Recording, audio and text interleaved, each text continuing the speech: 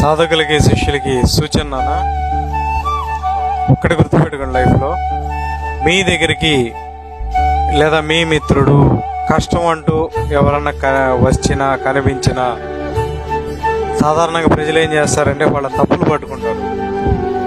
అది మీరు చేయొద్దు. మీరు వాళ్ళ తప్పులు కాదు పట్టుకోవాల్సింది, వాళ్ళ చేయి పట్టుకోండి, దారి చూపించండి, నడిపించండి, మీకు తెలిసిన పాటలను నడిపించండి. అదే సాధకుడికి సాధారణ స్వార్థపర మానవుడికి తేడా.